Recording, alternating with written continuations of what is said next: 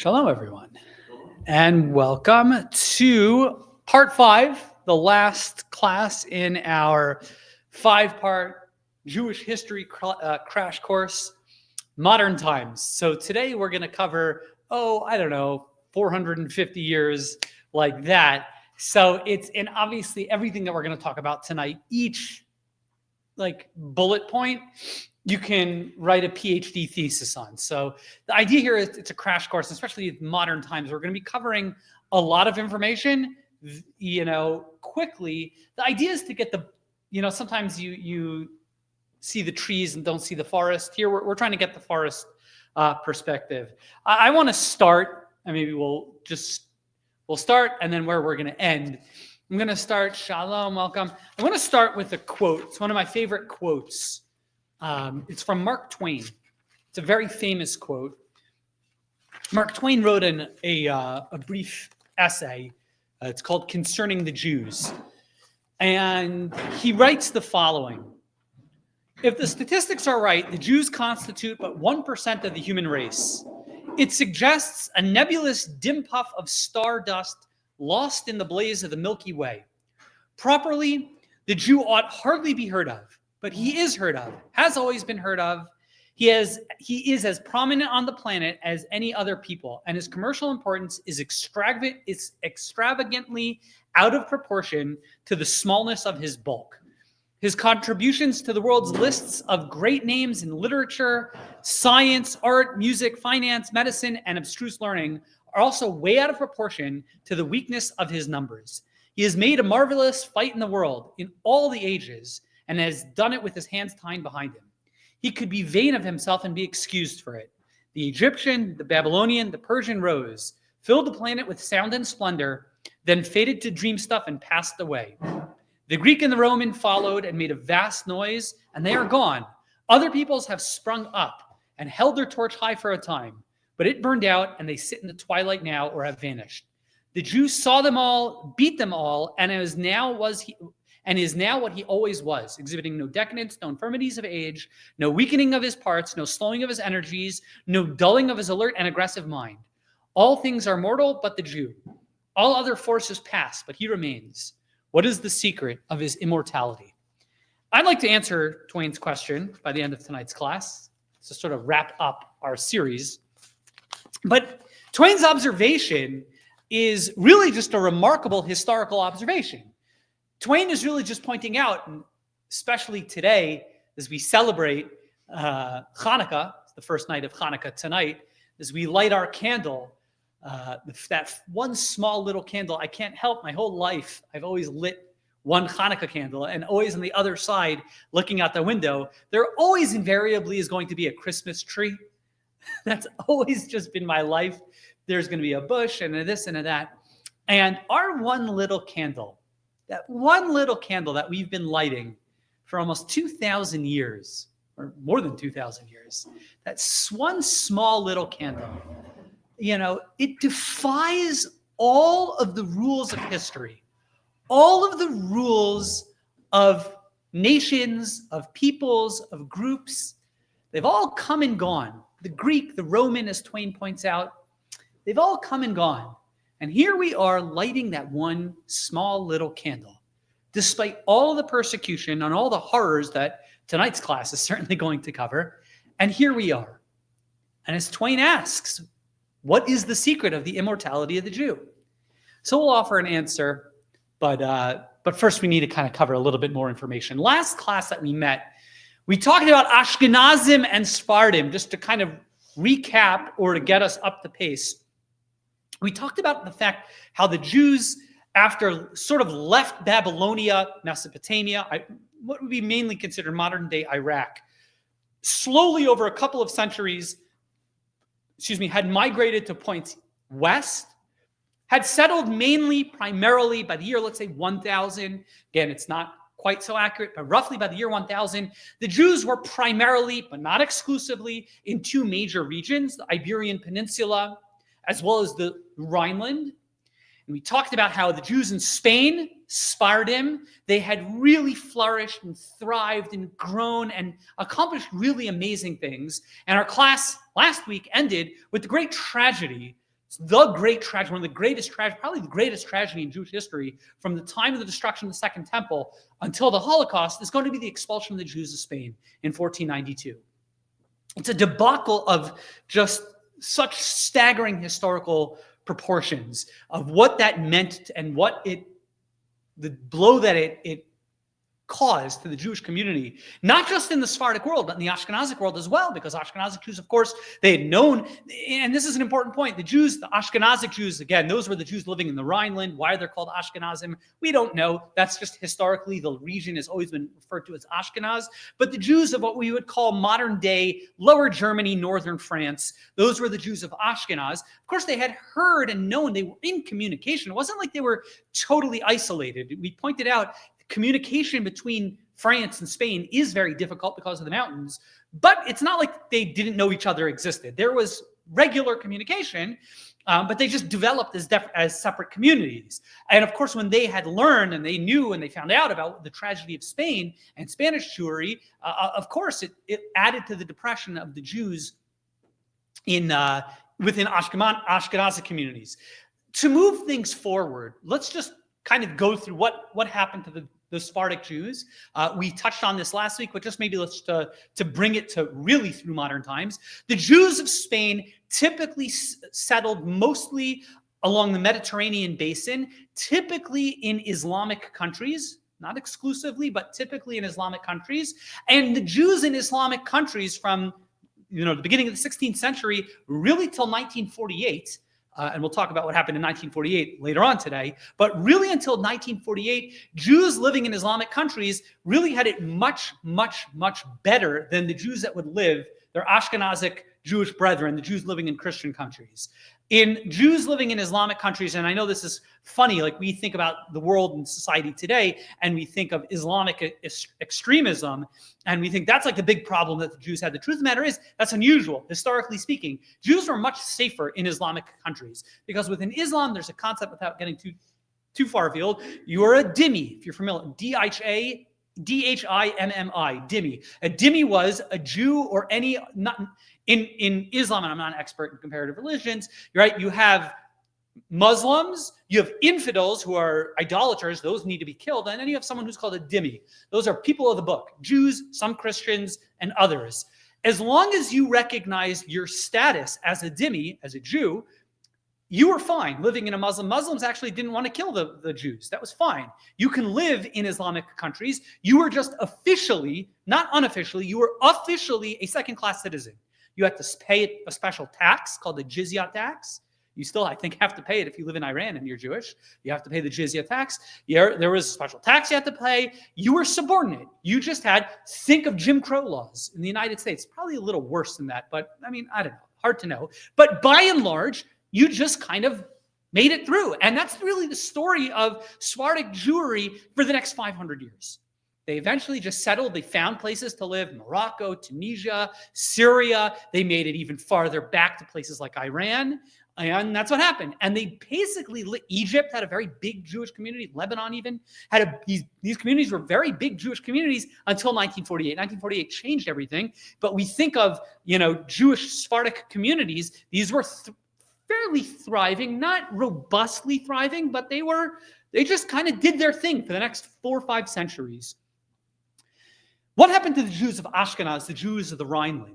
So really beginning, as we pointed this out last week, really beginning in the 14th century, Jews in Germany and France, they had always been persecuted, particularly through the different waves of the Crusades. They always had to deal with persecution. And they would be expelled on and off. It was never like the mass expulsion of the Jews of Spain, but Jews were constantly getting kicked out of their little hamlets and towns and cities throughout the Rhineland and Germany and in France. It was never a settled existence.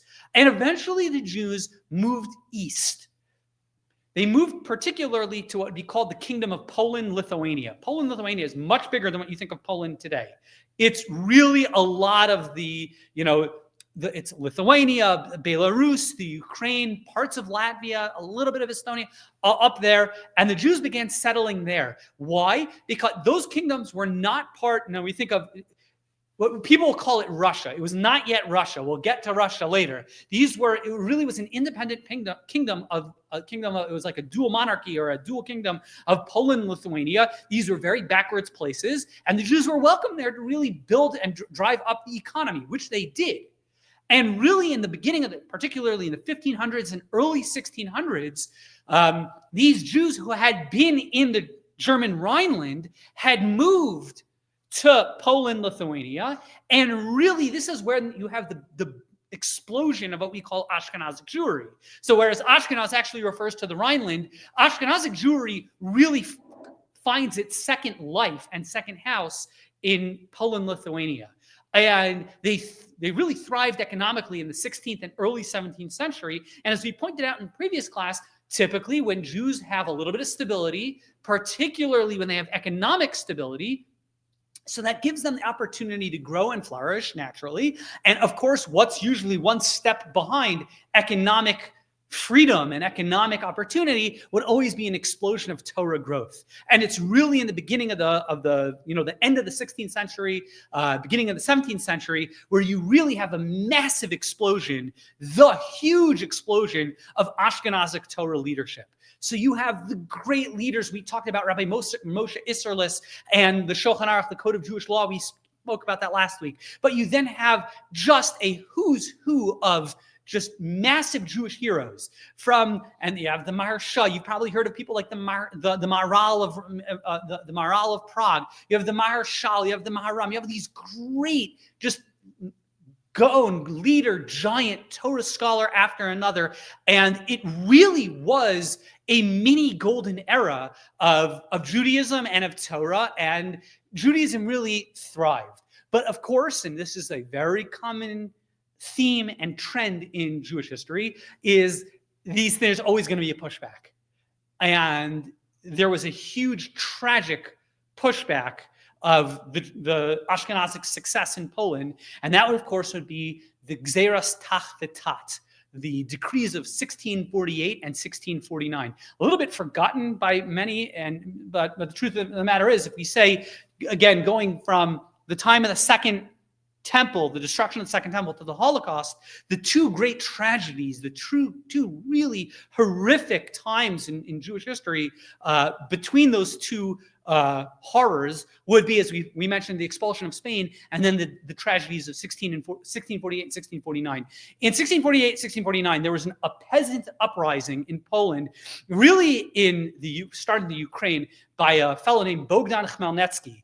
He was a peasant, probably was illiterate. He was a Cossack. What were Cossacks? These were marauders on horseback that began a peasant uprising. Just for context, the economic structure of Poland, Lithuania, that whole White Russia, that whole area, the whole region, you had the king, who was kind of not really relevant. Really what you had, who was really on top, were the noblemen. You had the nobles who really owned the property. In Europe, there was and it's always been like this. Europe is always very little. There's not a lot of real estate. The real estate was always held by the nobles. The people on the bottom were serfs, sharecroppers of sorts, who would work the land, but it wasn't even their land. It was the land of the nobleman. It was the land of the local, head guy, who was usually an absentee landowner. And you had these peasants were the ones who were working the land, paying a huge amount of their proceeds was really going back to the nobleman. So the nobleman was living on the backs of these serfs. So if you remember your I don't know, 6th grade world history, and you had those little triangles of what like serfdom looked like, and you had the king on the top and the nobles and the knights and then the serfs on the bottoms. That's really what the world looked like, at least in Eastern Europe, much farther on, the feudal system. It really kind of functionally looked like that. I mean, Russia didn't free their serfs till like the late 1800s. So it was a backwards part of the world.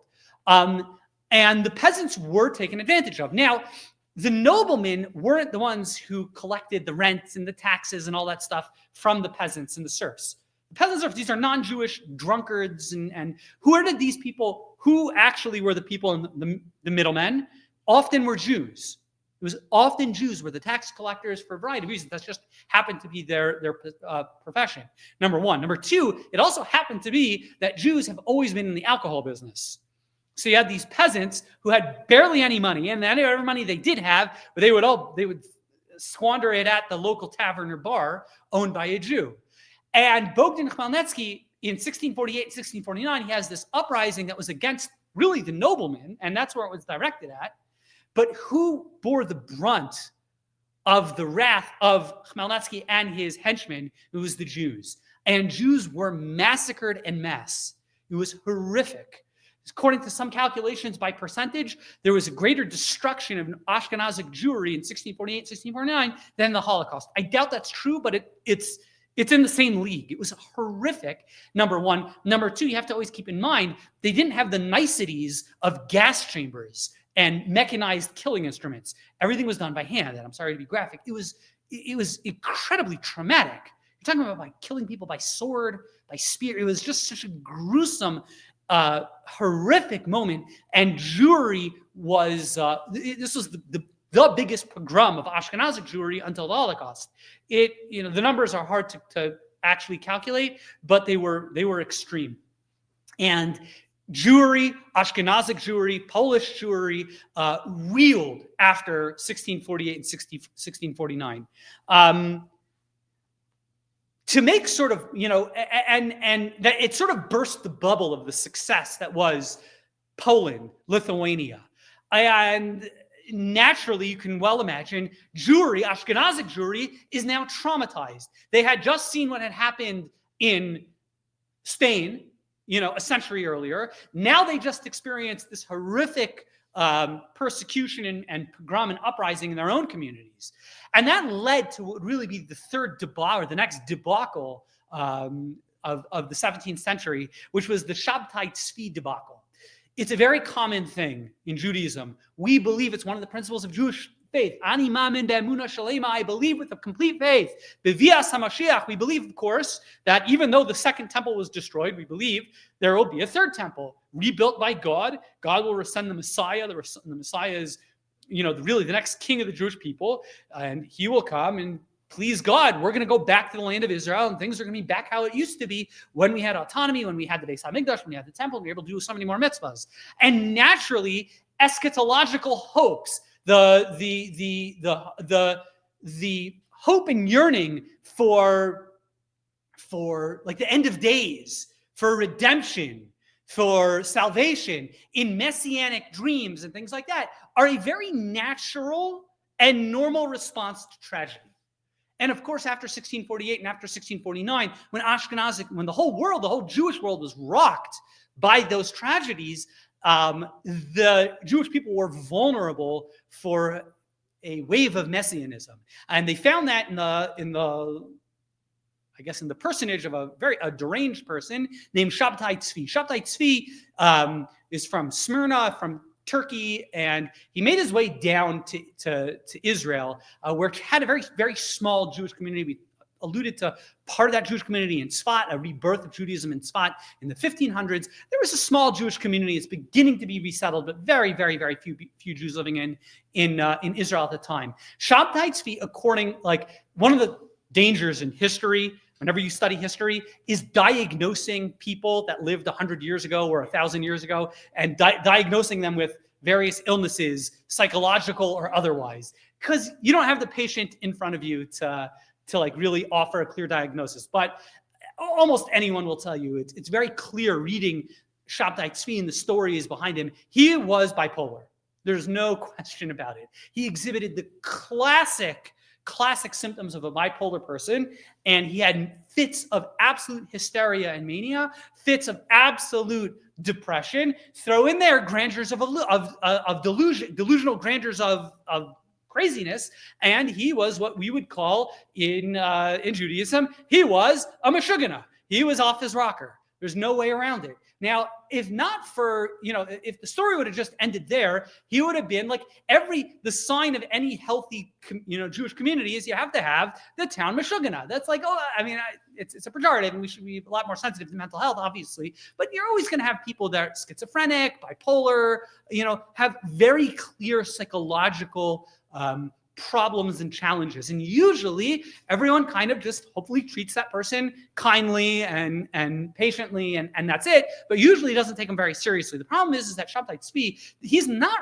really the villain of the story. The real villain of the story is that he had a PR guy.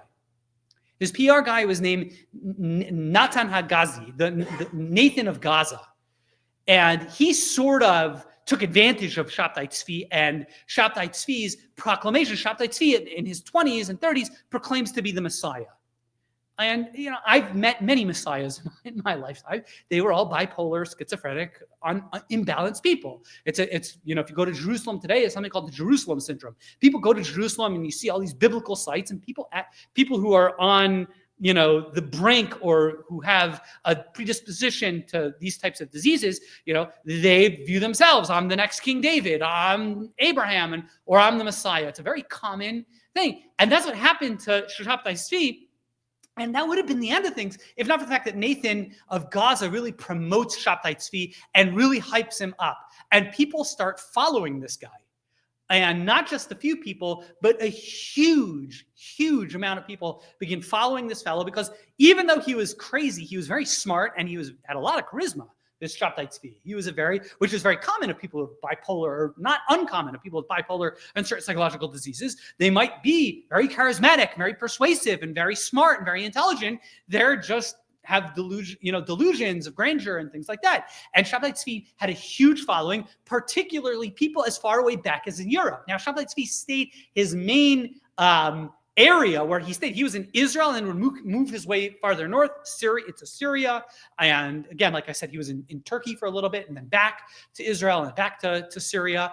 And people in Europe had heard about this messianic fervor going on in Israel. Now, this is in like the 1670s, 1680s. Now, think about the times. This is just a few decades after the disasters of 1648 and 1649. Judaism and the Jewish community was ripe for being taken advantage of and putting their false hopes in a false Messiah. And of course, eventually, the whole charade caved in on itself. Shabtai Tzvi was captured by the local Islamic governor, who basically said, he didn't like all the noise that Shabtai Tzvi was making. He basically said, either you convert to Islam or I'll kill you. And Shabtai Tzvi converted to Islam. And that was, traumatic. And then, obviously the charade was over, and it left. It sounds like it was a very shameful time in the Jewish people, because it sounds like silly a little bit. Can you imagine if everyone, or a huge, we're not talking about 5%. I've heard numbers that a third of the Jewish world followed Shabtai Tzvi. I don't know if those numbers are accurate, but a very substantial amount of the Jewish community either fully believed on Shabtai Tzvi, or were hopeful that this story was true, were excited and gearing up that this will be the salvation and give explanation and meaning to the horrors of 1648 and 1649. And of course, it wasn't to be. And there was a terrible letdown. And it was a very, very difficult time for the Jewish community. Now, part of the reason why Shabtai Tzvi was successful was this was the emergence of Kabbalism, of Kabbalah, Jewish mysticism. Now, Jewish mysticism has always been around. It's been around the beginning of time. But this is really when a certain form of Kabbalah or Jewish mysticism starts creeping into the mainstream. And that's part of and the reason why it was successful and found a home in the mainstream is, again, people are looking for meaning. And when you try to give people non-esoteric and non-mystical answers to your suffering, it's very hard. It's very hard and scary to look at a difficult world. It's much, much easier to deal with the imperfections and difficulties and traumas of life and just say there are mystical reasons for everything, as opposed to looking in the mirror and saying life is hard. I've got to find purpose and meaning despite the difficulties. That's really challenging. And it's when you have moments of crisis and moments of tragedy, mysticism, misplaced mysticism, can really be taken advantage of. And there was a huge and Shabtai Tzvi probably did know a thing or two about Kabbalah, but he really started promulgating it publicly, and that was part of his allure. He was a mystic. He was a, esoteric kind of person, and a lot of people bought into this stuff, and they needed it. And there was a huge pushback after Shabtai Tzvi against mysticism, not against it per se, but there was a very big pushback against people talking about Kabbalistic ideas or mystical ideas for the masses. And one of the great debacles, you had a lot of conflict, and For example, there were two rabbis back in Lithuania, Rabbi Yaakov Demdin and Rabbi Yonasan Eibschitz, who were both mainstream, good, prominent rabbis, but one accused the other of being too deep in Messianism, and it turned into this huge rift within the Jewish community as, you're being too mystical, you're too into Kabbalah. There was just this huge backlash from the Shabtai Tzvi debacle. It really left the Jewish community in a really, really difficult place and really psychologically hurting deeply. Which brings us to the beginning of the 18th century. Sort of as a response to these tragedies, two different things happen in two different parts of Europe. In Western Europe, so there's still Jews in France and Germany, particularly in Germany in the beginning of the 1700s, or in the 18th century, you really have the beginning of, or it's really the late 1700s, the beginning of the late 1700s, or really begins in the mid 1700s, I'm sorry, is you have in Western Europe, you have the emergence and the beginning of hopes of Jews being emancipated, of Jews actually being given citizenship. And this would slowly but surely happening, beginning in the late 1700s, really with Frederick the Great in Prussia, and then moving forward and beyond that, Jews began being emancipated and hoping to fit in. And let's just move it a little bit farther, really beginning in the early 1800s, beginning of the 19th century, many Jews really yearned to be able to fit in to their non-Jewish brethren in Western Europe. And this is an important point to talk about, just to understand the lay of the land. In Western Europe at this time, this is really the emergence of, the world is moving itself out of the Dark Ages. It's the beginning of the Enlightenment and the beginning of people aren't as barbaric as they used to be. And you have a little bit more culture. You have a little bit more polite high society, really beginning in the 1700s and then, the turn of the 19th century. And Jews really wanted to fit in. And when there were talks about Jews getting emancipated and Jews gaining citizenship, there was a real hope that Jews would be able to be accepted and be a part of that very attractive society. And you would have the birth, really fast forwarding just a little bit, the beginning of the 19th century, you'd have the birth of the German Reform movement. It should not be confused with the Reform movement that you see in the United States of America today. There, I would call them distant second cousins. But the Reform movement starts in the early, let's say, late 1700s, early 1800s in Germany. What it was a way of representing Judaism and trying practically to Christianize it so that Christian neighbors would look at what was going on within the Jewish community and be more accepting of Jews. Because, hey, it looks very similar to what's going on in my Protestant church, because this is in Germany, mainly Protestants. It looks very similar. And really beginning with, in the as I mentioned, the early 19th century, what ended up happening is a movement, a denomination within Judaism really began to reform Judaism, both physically, how it appeared. So you would have rabbis now dressing exactly like priests, like the good German priest with the robes and long things, looking very much like priests. You'd have organs and choirs within the synagogue. The synagogue began looking like a church. Why? It was all in an effort to represent the Jewish community to look like another alternative. We have Christianity, which was very popular, and then you have Judaism, and the hope was that Judaism would be accepted. The other thing that they did was they started watering down the religion itself, and they started reforming a lot of the values and beliefs, and Torah really began to crumble. You fast forward, the next generation, 2 generations, by the mid-1800s, German Jewry was in shambles. It was shattered. 90% of German Jewry was basically lost, or really not practicing Judaism. All of this is kind of, again, this is about a 100-year process, a response, more than that, 150-year response to the great tragedies of 1648, 1649, and then Shabtai Tzvi, and the Messianic splinterings. And you have a society that's ripe for Jews to try to become emancipated, try to become welcome and recognized within mainstream society. On Eastern Europe, if you go back to Eastern Europe, Poland, Lithuania, those areas, a very different landscape exists. In Eastern Europe, the non-Jewish world was completely unattractive because the Bogdan Khmelnytskys and those peasants and Cossacks, marauders, okay, that really never changed. That was, again, Bogdan Khmelnytsky came and went, but that type of flavor, that was what the non-Jewish world looked like, and still to a large degree does look like in these types of places. Uneducated, alcoholic, mostly illiterate. It was a very unattractive lifestyle. Jews did not want to become part of the non-Jewish society. Again, generally speaking, in Eastern Europe, there was very little appeal. The non-Jewish world was hostile, ignorant in Eastern Europe, and very unattractive. But you have the Jews reeling from the crises of 1648, 1649, Shabtai Tzvi.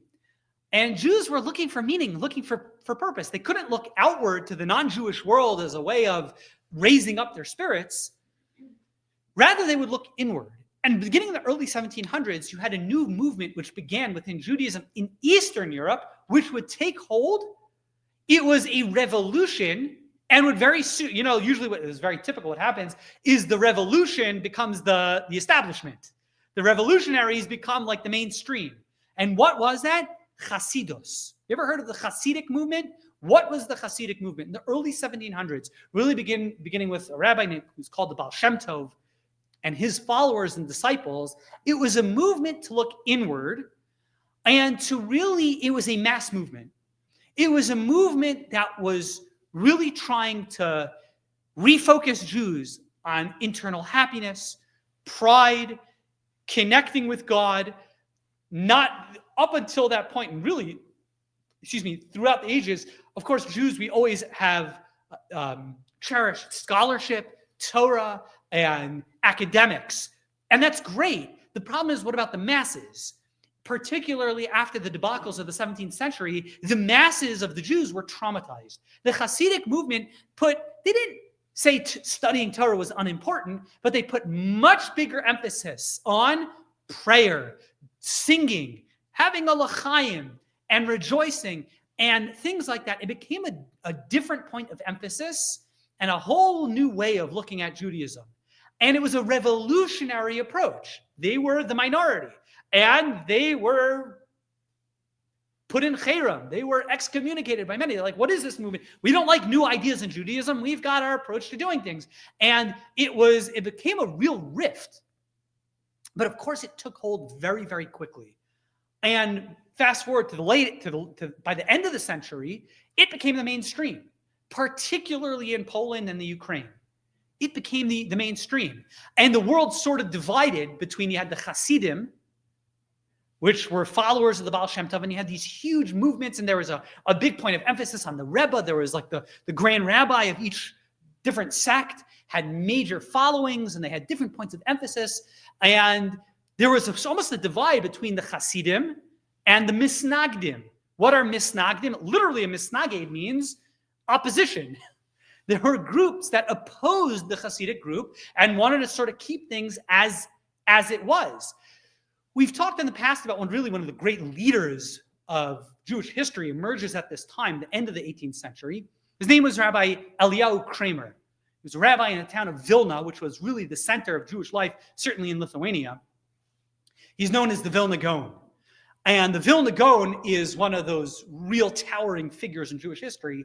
And he really spoke out really quite harshly against the Hasidic movement. He put them in cherem, he excommunicated them, and like, this is crazy. This is not what we believe, and this is not how we did, how Judaism has practiced. And he's in the 1790s. By the early 19th century, there was this real passionate divide.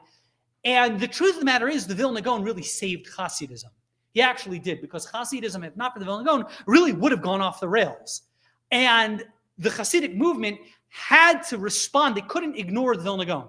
He was too big of a giant to ignore. And they had to internally reform their reformation or their revolution to sort of make sure they stayed in bounds. So the Vilna Gaon, through his opposition to the Hasidic movement, really set up guardrails as it were, for the Hasidic movement, so that the Hasidic movement in its revolution really ends up staying in the mainstream, so that by the mid-1800s, Hasidism was clearly there to stay.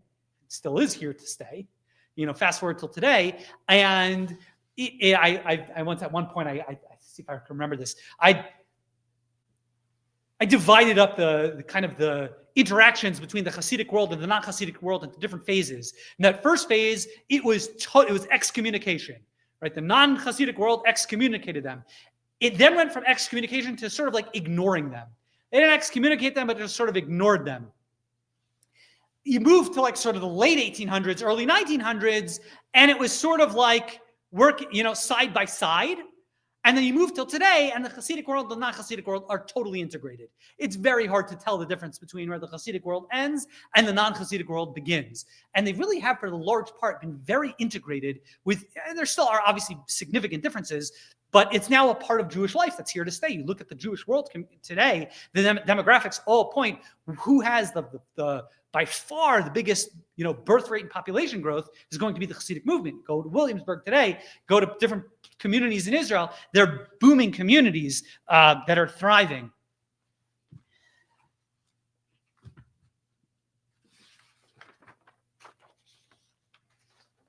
The other major thing as we move towards the 19th century, the major thing that takes place in the 1790s, is the partition of Poland. So I mentioned that the Jews of Ashkenaz, the Ashkenazic Jewry was living in Poland, Lithuania. These were independent. Poland, Lithuania was an independent monarchy, as it were. In the 1790s, Poland got gobbled up. It got gobbled up mainly by the Tsar, by Russia. Parts of it went to Prussia. Parts of it went to Prussia and what would eventually become Germany. But most of it was gobbled up by the Tsar. The Tsar was always notoriously, horrifically anti-Semitic. And Poland really came to an end. Poland was not a country. Poland ceased being a country in 1793. We've heard of Poland. Everyone's heard of Poland. Poland didn't exist from 1793 to 1919. It wouldn't become a country again until after the First World War. But it was just part of Russia. And Russia took, beginning in 1793 when they partitioned Poland, now all of a sudden found itself in control over the vast majority of the Jewish world, certainly of the Ashkenazic Jewish world. And the Tsar hated the Jews. And really beginning in the beginning of the turn of the 19th century, you have this thriving Jewish world, the Jewish community of Ashkenaz, Ashkenazic Jewish life, now under the dominion of the evil Tsar, who instituted decree after decree to really squish the Jewish world. There were three major decrees through the 1800s that really were specifically targeted the Jews in their anti-Semitism. Number one, Jews were confined to what was called the Pale of Settlement. You were kicked out. You were not allowed to live in most of Russia. And they were confined geographically to a very, very, very small sliver of land called the Pale of Settlement. And you couldn't live, beyond the Pale. You couldn't live there. Number two, there were massive limitations on employment.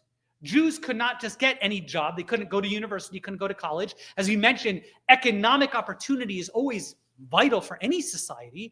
The Jews found that all of a sudden, they'd always been struggling and dealing with anti-Semitism, but at least in terms of what jobs you wanted to have, you had a freedom. Now, in the 1800s, they were really squished economically. And thirdly, and this would be on again, this is really in the mid 1800s, you had a horrific decree. It was called, I always remember the term, it was forced conscription. I forget the term. What was the term? It was called I forget. But there was forced conscription. When you were conscripted into the Russian army, that was basically the end of your life, because you were taken and you were placed in the Tsar's army for like 35, 40 years. And there was forced conscription. And it was such a horrific system. They would go to these Jewish communities and basically say, we need 1,000 soldiers. And they would make the Jews do the dirty work. and they were called chappers. They would literally just kidnap children and take them off, and that was it. And like, that was basically, it was, and who of course would be the ones who would get chapped, who would get kidnapped? It was the poor, the orphans, the people who are typically always, the disadvantaged. And it was a terrific, and it just created such a horrific situation. When we talk about, let me tell you what Judaism, we think about, in the 19th century in the old shtetl, and we think of the Fiddler on the Roof, and it was, right? That's not what Eastern Europe looked like.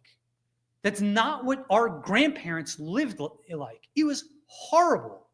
The poverty was beyond anything we can possibly imagine. The poverty that Eastern European Jews had to deal with in the 19th century was so horrific. It was so impossible. It was so intolerable. It just, the Jewish community was, bursting with the poverty. It was just horrific. Now, interesting, we find a similar parallel is if you recall a different epoch or different era in Jewish history where there was terrible persecution over a sustained period of time was if you go back to Egypt. Remember the story, the Jews are in Egypt and they're forced slavery, terrible persecution, horrific environment. And of course, what happened to the Jews while they were in Egypt? The population exploded while the Jews were in Egypt. It's an interesting thing is that the Tsar, who institutes these decrees specifically with intent to crush the Jewish community, the 19th century Jews of Poland, or by this time they'll be called Russia, or Poland, Lithuania, Ukraine, Belarus, the Jewish population probably increased easily tenfold, if not 20, 30-fold. The Jewish community from the beginning of the 1800s, by the end of the 1900s, it just more than easily 10 times the size of what it was. Huge increase in population, which was great, but it also added to the lack of sustainability of the Jewish community. And the poverty just got worse and worse. There were several responses. How did the Jewish community deal with this? At this point, by the way, by the turn of the 20th century, this is really when the Jewish community, the Ashkenazic Jewish community that we think of, this huge community, it's really by the end of the 19th century, this is where 80% of the Jewish world is Ashkenazic. So what happened how did the Jewish community deal with them? I have written down 6 responses. Number one was the start of the yeshiva movement, which we talked about in the past. Jews, of course, we mentioned part of it, I guess we would add a 7th. One of it was the Hasidic movement. The Hasidic movement was really trying to deal and give meaning and hope and context. Now, the Hasidic movement really began a little bit before this, but many of the Jews, as the persecutions and the horrific nature of Jewry, really, the Hasidic movement was really designed to be able to deal with it and give Jews hope and meaning and light and comfort and that type of thing. There was, within the non-Hasidic movement, in the non-Hasidic world, there was a turn to the yeshiva movement, which was a focus on scholastics, on Torah, on scholarship. We've talked about yeshivas in the past. Everyone knows the yeshiva is like a Jewish academy. Yeshivas up to that point, up into the mid 19th century, were not what we know of today. They were just a rabbi had a bunch of students. But really beginning in the early 1800s, you had proper academies, schools. And despite the poverty and the persecution, you had many institutions born and would really, really be the pride of the Ashkenazic Jewish world, where we would send our young scholars. And even though there was persecution and atrocities, Torah flourished despite the horrors. Number one. Number two is the birth of the Musar movement. The Musar movement was supposed to be a populist movement, didn't really catch hold in the popular world, which was non-Hasidic, but was really a way of turning inward and finding joy and meaning and purpose in our Judaism, despite the world around us. And that's something we talk about a lot at the Kollel, is Musar and Jewish values and philosophy and ethics. When things are crumbling around us, we very easily can abandon our faith and all those things. Musar is really a call to return back to what our core beliefs were. So you have the Musar movement. Number 3 was the birth of the Haskalah movement, the Jewish Enlightenment. Haskalah is, again, this is a whole, not just class, but a whole series, what the Haskalah movement was. It was a movement that focused on Jewish thinking, on Jewish concepts, but kind of divorced from Torah. It was sort of like Jewish theater would be an example. Linguistics would be an example. It was to try to turn Judaism into an independent study, but divorced from the spiritual components that really are the underpinning of Judaism. And it was very, very popular. It came in a bunch of different forms. It was like, so we talk about linguistics. So this is like when Hebrew becomes a language, was really a result of the Haskalah movement, popularizing Yiddish as, a beautiful language, things like that. And it was very antagonistic to traditional Jewish values. There's always going to be a tension between Haskalah, between the Jewish these enlightened thinkers, and traditional Jewish values.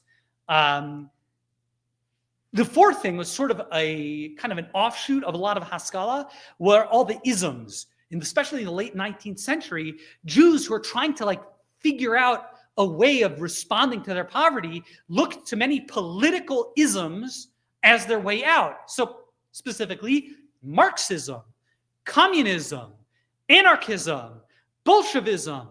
Have you ever noticed that Jews were very, very prominent in these groups in Eastern Europe? Why was that? The reason is because the Jews were the ones who were getting squished the most economically and most oppression. You look for new political movements as the solution, as your messiah to all your problems. And that's why Jews became revolutionaries. They looked to all these isms as a way of solving their problems. Number 5 was another ism that Jews looked for at the end of the 19th century, and that was Zionism. This is really the birth of Zionism, of an idea of maybe we should channel our political hopes of salvation, of solving all problems, by finding a Jewish homeland. And if you might recall, the early Zionists, Theodor Herzl, the idea of Israel being that homeland wasn't necessarily guaranteed. Crazy ideas and schemes, Madagascar, Uganda, other African places, just to get the Jews out of Eastern Europe because it was such an intolerable, impossible place to live. There were ideas of a political solution to the suffering of the Jews in Eastern Europe. And of course, that would blossom into Zionism, as we're familiar with. And then number 6, the 6th response was Jews left.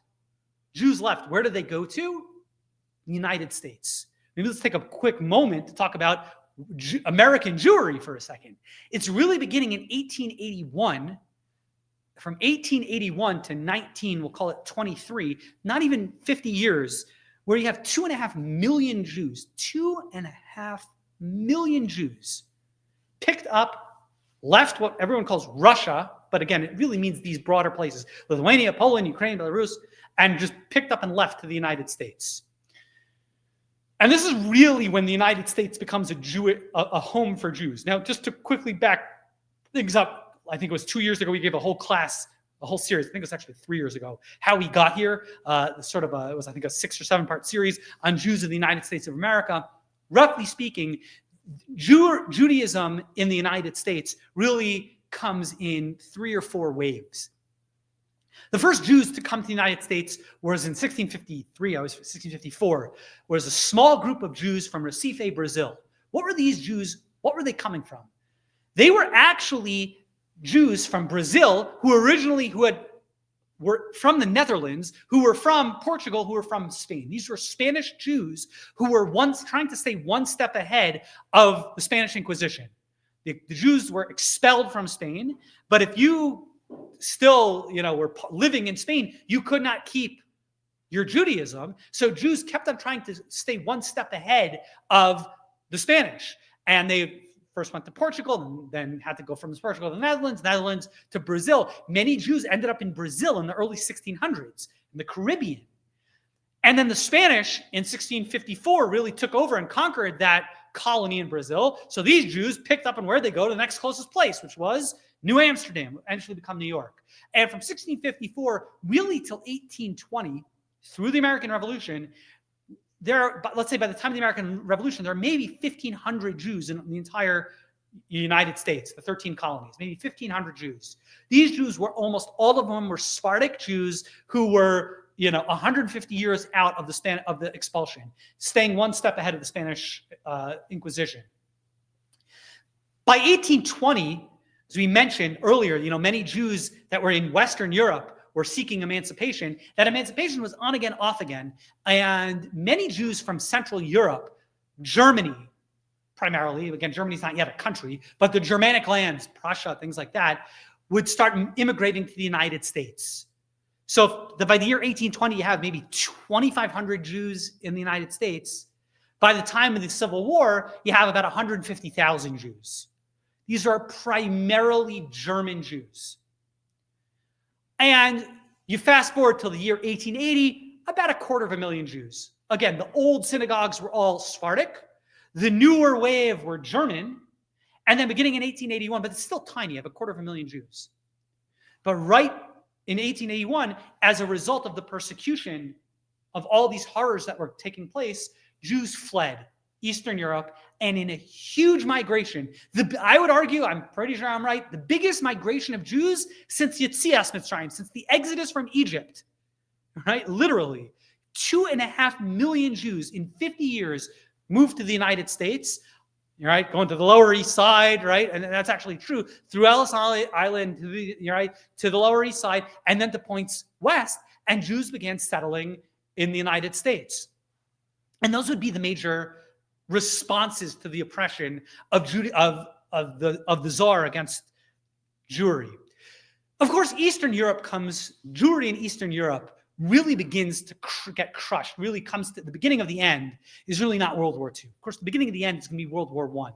World War I really displaced so many Jews. And despite all the suffering and all the persecutions and all the horrors, the bottom line is that Eastern Europe had been home for Jews for over 1,000 years. And you had these institutions and these cities and the shtetl and the shtat. You have all these places. Jews had been living there for centuries and centuries and centuries. World War I destroyed the world, and it destroyed Judaism. And yes, the Jews tried picking up the pieces after World War I, but it's so important. Like, we think of the destruction of Judaism, of course, as being the Holocaust, and of course it was.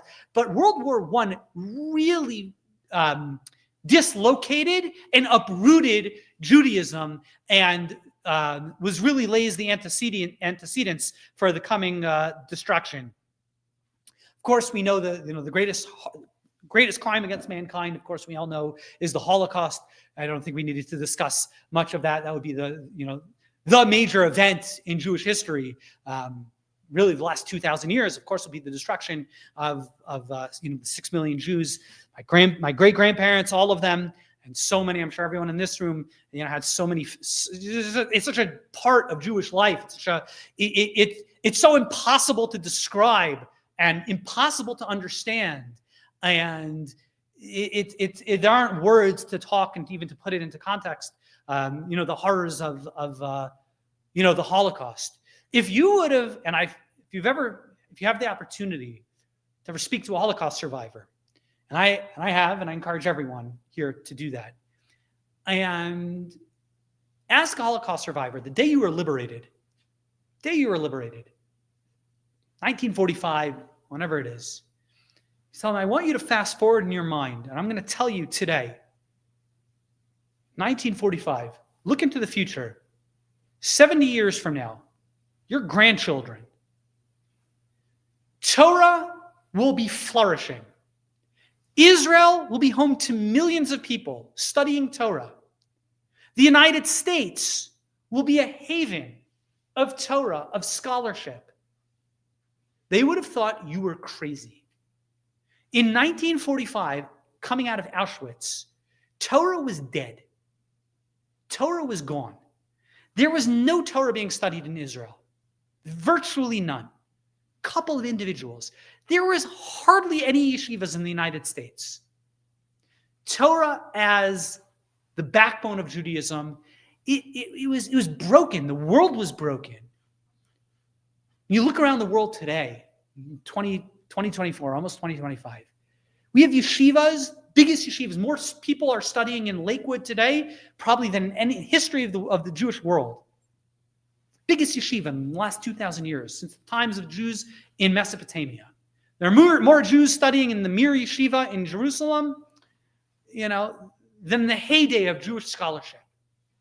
And Judaism today, we're dealing with unprecedented difficulties. We have enemies externally, Internally, North American Jewry is crumbling. 80, 90% of North American Jewry doesn't give a hoot about their Judaism. Their grandkids, their great-grandkids are not going to be Jewish.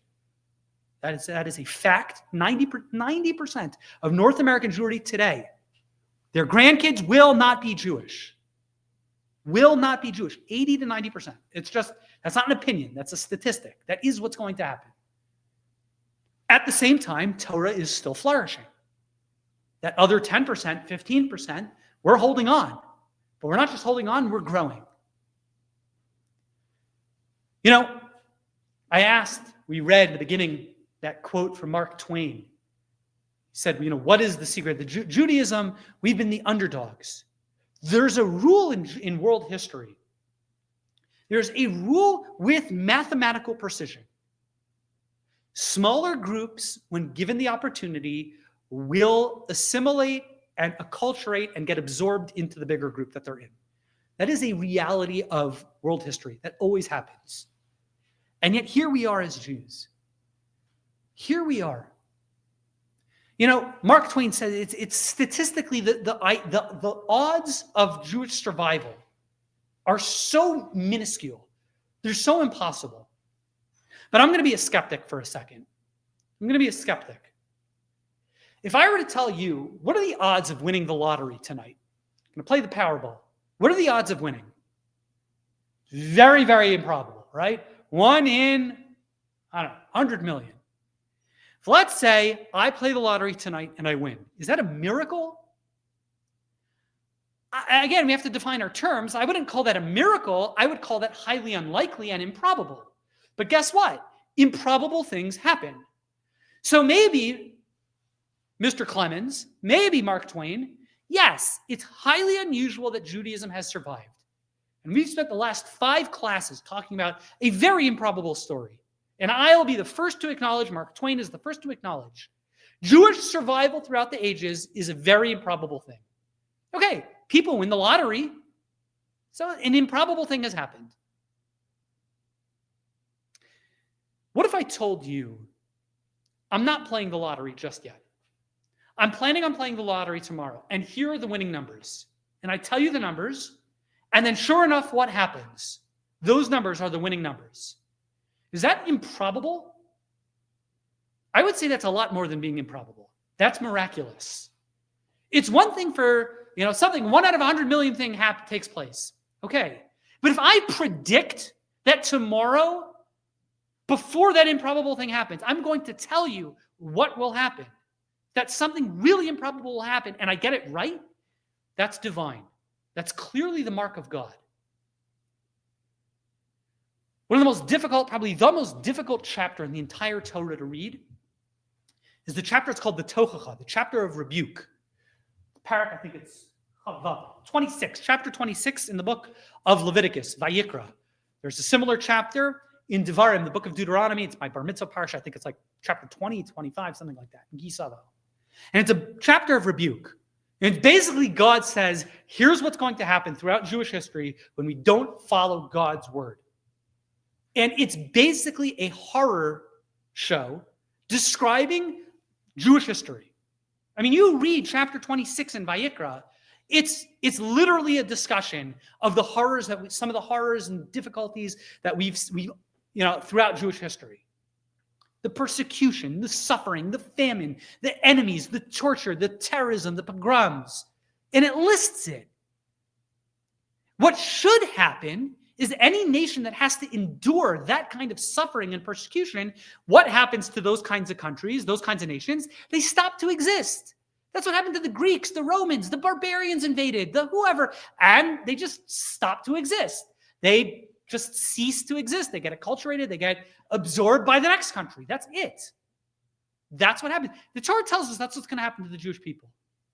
And in middle of this the most difficult of chapters, you have what is to me one of the most divine verses in the entire. People want to know, why do I believe in the Torah? And there are many reasons. We all have to ask, why do I believe in the Torah? I believe that this is the word of God. Rabbi Yaakov Emden tells us, everyone's looking for a miracle. God, I believe in you. I question God. I question Judaism. I need a miracle to prove it to me. Rabbi Yaakov Emden says, study history for a second.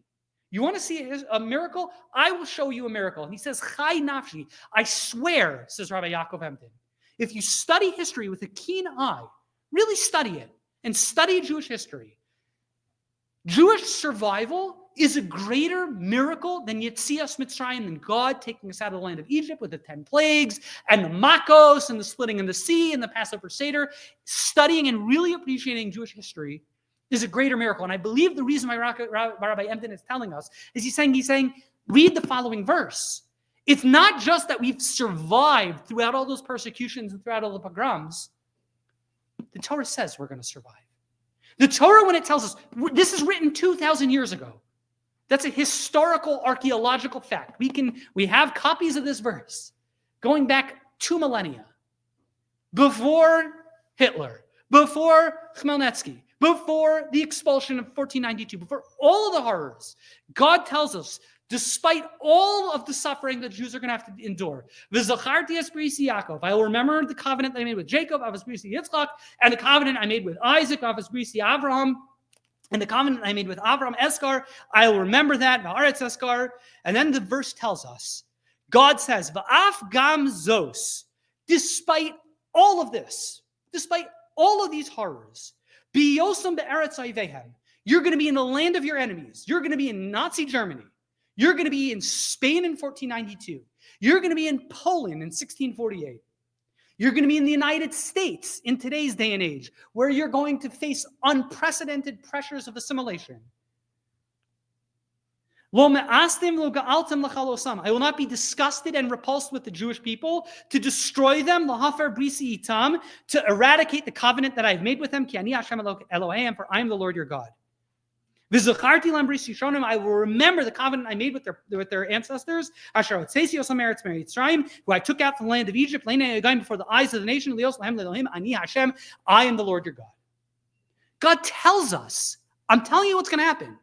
There's going to be suffering. There's going to be persecution. There's going to be difficulty. And you, the Jewish people, are going to survive. If that's not a miracle, I don't know what is. God called the Powerball. God called the lotto numbers right here. He told us of all the suffering, and he said we're going to survive. But there's one caveat. We'll end with this. The verse tells us at the end of Deuteronomy, where God says, but it doesn't just mean that Judaism will survive, and matzo ball soup will survive, and Jewish culture will survive, and being proud Jews will survive. That's not what's going to survive. There's one thing that's going to survive. The Torah tells us, Ki lo sishakach mi pizaro. The Torah will not be forgotten from the Jewish people. Mikan, says the Talmud, this is a clear reference. Torah will not be forgotten from the Jewish people. Judaism, Jewish culture, being a proud Jew is important. That does not ensure generational survival. There is one thing that gives us that blessing of survival, despite all the persecution, all the difficulty. It's going to be the Torah. And that's the answer to Mark Twain's question. Twain was 100% right. His observation is astute. The odds of Jewish survival doesn't make any sense. What's the secret to his survival? I'll tell you, Mr. Twain, the answer is Torah. The answer is because God told us that we will survive. It's been my hope and my prayer that by studying Jewish history, that this crash course gave us a little bit of a glimpse to the miracle which is Jewish survival. And hopefully, if we're inspired by what I really do believe, and I just want to end, that little quote from Mark Twain, my grandmother, who herself survived the ashes of Auschwitz. She wasn't just the only survivor of her family, she was virtually the only survivor of her entire town. She used to keep that little quote. It was so interesting. I never understood why. She had that little quote of Mark Twain framed in a little corner of her house because she understood. She knew we're going to continue. We're going to survive. She lost everything, but she knew she's going to survive. Torah is going to survive. And we should be inspired when we study Jewish history to see the hand of God, to see the divinity of the Torah, and to recognize Ki lo sishakach mi pizaro, our only hope, our only guarantee is if we really prioritize Torah in our lives, we will survive. I want to thank you all for coming. I hope you found this course to be interesting and informative. And if anyone has any questions, I'm here to stick around and answer them. Thank you all. You bet.